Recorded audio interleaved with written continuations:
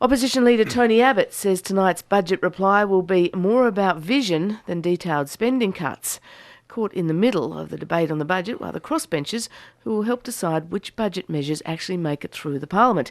Andrew Wilkie is the independent member for the Hobart seat of Denison, and he joins us in the Parliament House studio. Andrew, welcome to breakfast. Good morning, Fran. Now that you've seen the first Gillard budget, what's your judgment? Has Julia Gillard delighted or disappointed you? Oh, somewhere in the middle. I believe it's a somewhat pedestrian budget, fairly safe for the government. I don't know that this was the time for them to take on another great challenge. Somewhat unremarkable. They've obviously had to find significant saving cuts across the board.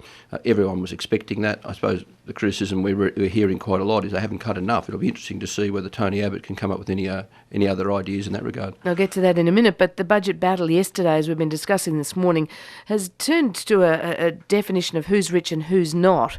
Does a family of $150,000 a year deserve help from the taxpayer? What do you think of this decision to freeze the indexation on those upper limits? Well, Frank, I say at the start, it's not my job to defend the government's budget. It's my job to decide, will I support it or not? And in my agreement with the Prime Minister, it's quite clear that I am guaranteeing supply, and I interpret that to mean the sensible enabling legislation. I'm alert to the government trying to use the budget as a Trojan horse for getting highly controversial and unexpected legislation through the Parliament, but I haven't seen anything of that nature at this stage. So even though there are parts of the budget I don't like and don't necessarily agree with, I am obliged to support them. Is this middle... Supporting the budget is one thing, but does that mean you're not going to try and change them or amend them? I mean, we had Bob Brown on the program yesterday. He's saying the Greens would never block supply either. They will support the budget, but they are going to give a red-hot go to changing some elements of it. Oh, and I think that's a good position for Bob to take. And in fact, last night I had 3/4 of an hour with the Prime Minister in her office, at which time I raised two concerns with her directly.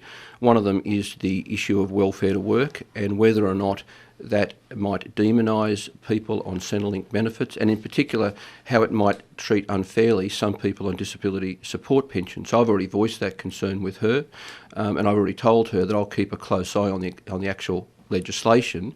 And also the government's got to learn to sell things better. As soon as people talk about welfare to work, some people who have nothing to fear quite rightly get a little bit frightened. You have someone sitting in his or her house alone on a disability support pension, and they hear this on the radio, they get scared. And so the government needs to be very careful the way they implement that policy. The other thing I raised with the Prime Minister last night, now this wasn't in this week's budget, except that it's still in the forward estimates from an earlier budget, is the issue of taxes on alternative fuels. And in my own electorate of Denison, we pay a lot more for LPG for the vehicle fleet than Melbourne, and I've said it would just be unacceptable, particularly for our taxi fleet, if we had to pay the sorts of new taxes that are still included in the forward estimates. Well, there's no plan to dump those taxes. What did the Prime Minister say to that?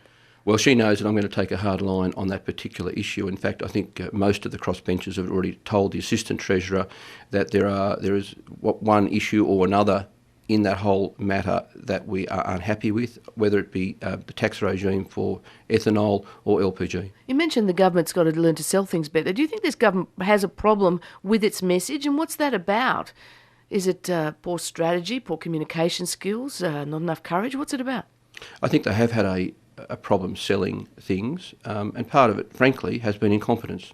I think it was a poor timing to announce a price on carbon at the time of the Japanese earthquake and tsunami. It looked opportunistic to me, and it seems that they rushed to an announcement without having enough detail to put people's minds at rest. But I think they're getting better, and I think Julia Gillard is growing into her role day by day. I meet with her weekly during a sitting week, and I've developed quite a good relationship with her. I think she's actually a highly competent person who is getting better, but the government as a whole needs to do much better. Now, I interrupted you. I think you were trying to give your answer on what you think about this definition of who's rich and who's not, and this cap on the indexation of some of these family benefit payments. Yeah, look, the government has to find savings across the board. I think it is appropriate that people on higher income pay or contribute more than people on a low income. Is $150,000 a high income? Look, I think it is a relatively large amount of money, a relatively high income. Goes further in Hobart than in Sydney, though. It does. Look, those sorts of measures will impact on people like me, as they should. because we are in much better circumstances than a lot of people in Australia, and I think it's fair enough that we should pay our way. Well, Tony Abbott will give his budget reply speech tonight. What do you expect? What do you want to hear from that? What's the test for him? Well, I don't want to hear him just criticise the budget. I want to hear constructive proposals from him. I want to hear some detail. It's not enough to just continue with rhetoric. You know, we need to hear alternative policies. We need to hear where he might get savings from. I want him to take a constructive position tonight. That would be in the public interest. You said a little while ago you think Julia Gillard's growing into the job, but one area where you're not happy with the government is in the area of asylum seekers. You told the Parliament yesterday that Julia Gillard's Manus Island and Malaysia options are even worse than John Howard's Pacific solution. Why do you say that? Well, Manus Island was, even though Manus Island isn't in the Pacific, it is actually part of the Pacific solution. It was part of the Pacific solution as much as Nauru was. So this is the Pacific solution by stealth. So really there's not much separates the government from the opposition when it comes to irregular immigration. I'm more alarmed, though, about the issue of Malaysia. That is a country that is not a signatory to the Refugee Convention. And to engage in what is effectively the trading of asylum seekers, I think it is contrary to our treaty obligation. Even though the UNHCR seems to have given it a tentative tick? Well, a tentative tick. That's all it is at this stage. In some ways, this is even worse than the Pacific solution, because at least with the Pacific solution, we had Australian officials ensuring some safeguards were maintained in Nauru and on Manus Island. There will be none of those safeguards now. Australian officials presumably won't be on the ground in Malaysia making sure that reasonable safeguards are maintained. And just finally, Joe Hockey said yesterday the opposition will do everything it can to pressure the Gillard government to an early election. Do you see any likelihood of an early election, and, could you be persuaded to change sides, or how do you think this might happen, or is there any need for it, perhaps for the government to get a mandate on the carbon tax? I think this government has proven to be remarkably stable, and it has... Stable's one thing, effectiveness is another. Well, look, the government, and again, I'm not defending the government, this government, but I am defending this parliament.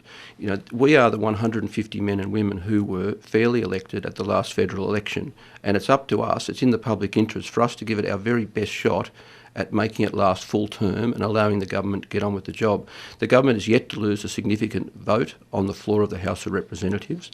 It is progressing some very ambitious reforms, not the least of which is my poker machine reform, which I remain confident will happen. I think. So do you have a message for Joe Hockey then? Look, I think the government is stable. I think it would only be a couple of shocker by-election results, or if the government was to prove itself deeply incompetent or act unethically, that would bring it down. I don't see evidence of that at this stage. I think the opposition needs to be as constructive as possible. It can work with the crossbenchers to get bills and motions through the parliament if it comes to us with good ideas. And I think by being constructive, being seen to be constructive, to build its policies up, it'll be in the best position for it to do well at the next election. Andrew Wilkie, thank you very much for joining us. Thanks, Fran. Andrew Wilkie is the independent MP for the seat of Denison in Tasmania. It's 8:14.